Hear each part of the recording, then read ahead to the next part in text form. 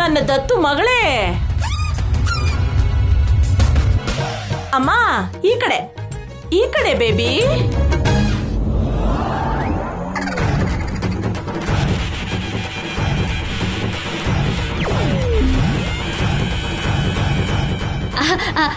ಅಲ್ಲೇನ್ ಮಾಡ್ತಿದ್ಯಾ ಆಂಟಿ? ನೀನ್ ಮಾಡ್ತಿರೋ ಪೈರಸಿನ ನೋಡ್ತಾ ಇದ್ದೀನಿ. ಯಾರೋ ಕಷ್ಟಪಟ್ಟು ಮಾಡಿರೋ ಡಿಸೈನ್ಸ್ ನ ನೀನ್ ಕಾಪಿ ಮಾಡ್ತಿದ್ಯಾ? ಈಗ್ಲೇ ಈ ವಿಷಯನ ನಿಮ್ಮ ಅತ್ತೆ ಹತ್ರ ಹೇಳ್ತೀನಿ. ನಾಳೆ ನೀನು ಮಾಡೆಲ್ ತರ ಕ್ಯಾಟ್ ವಾಕ್ ಮಾಡಲ್ಲ. ನಿಮ್ಮ ಅತ್ತೆ ನಿನ್ 2 ಕಾಲು ಮುರಿದು ಮೂಲೆಯಲ್ಲಿ ಕೂರಿಸ್ತಾರೆ. ಬೇಡ ಬೇಡ ಪ್ಲೀಸ್ ಆಂಟಿ, ಅಂತ ಕೆಲಸ ಮಾತ್ರ ಮಾಡ್ಬೇಡ, ನಿನಗೆ ಕೈ ಮುಗಿತೀನಿ. ಹಾಗಾದ್ರೆ ಮೊದ್ಲು ಡೋರ್ ತೆಗಿಯಮ್ಮ ರಾಣಿ. ತೆಗಿತೀನಿ. ಬಾ ಬಾ, ಆ ಕಡೆಯಿಂದ ಬಾ, ಆ ಕಡೆ.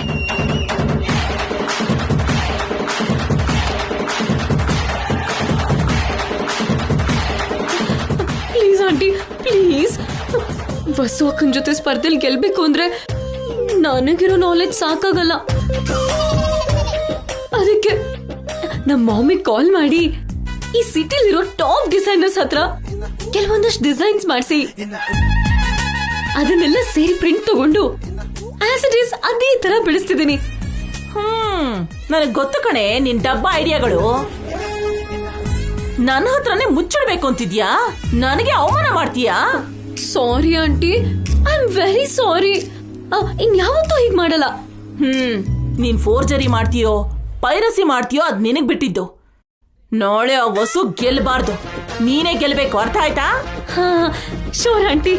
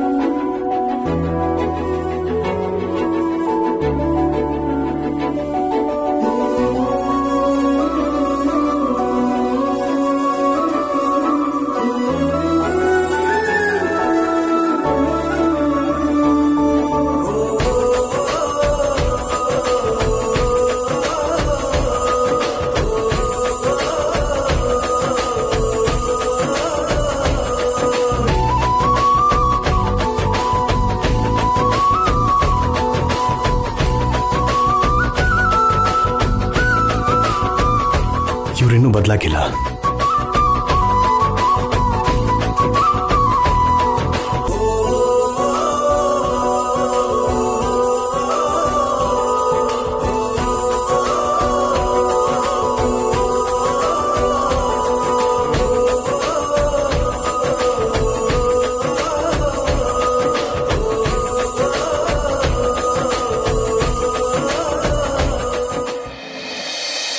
ಡ್ರೆಸ್ ಡಿಸೈನ್ ಮಾಡಿ ಡ್ರಾಯಿಂಗ್ ಮಾಡಿ ಕೈ ನೋವು ಮಾಡ್ಕೊಂಡಿರಬೇಕು.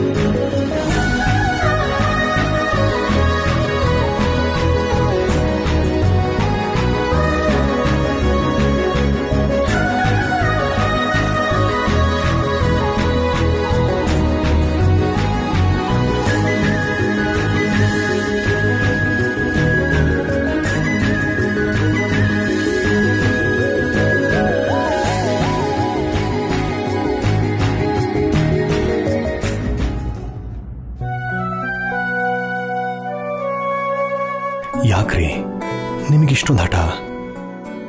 ನೀವು ಕಷ್ಟಪಡ್ತಾ ಇದ್ರೆ ನನ್ನ ಕೈಲಿ ನೋಡೋಕ್ಕಾಗಲ್ಲ ಅಂತ ಹೇಳಿದ್ನಲ್ಲ. ಗಂಡನ ಹತ್ರ ಸಹಾಯ ತಗೊಂಡ್ರೆ ತಪ್ಪೇನಿದೆ?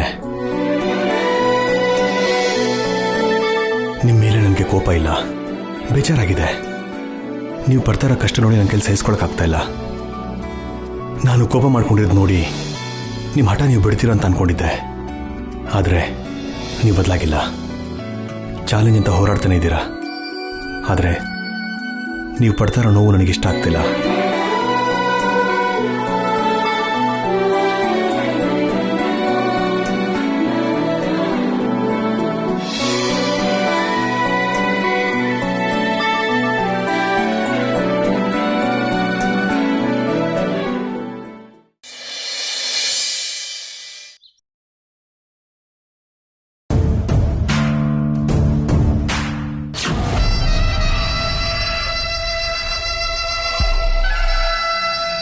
ವಸು ಅಕ್ಕ ಬರ್ತಿರೋದು ನೋಡ್ತಿದ್ರೆ ಚೆನ್ನಾಗಿ ಡಿಸೈನ್ ಮಾಡಿರೋ ತರ ಇದೆ ಆಂಟಿ.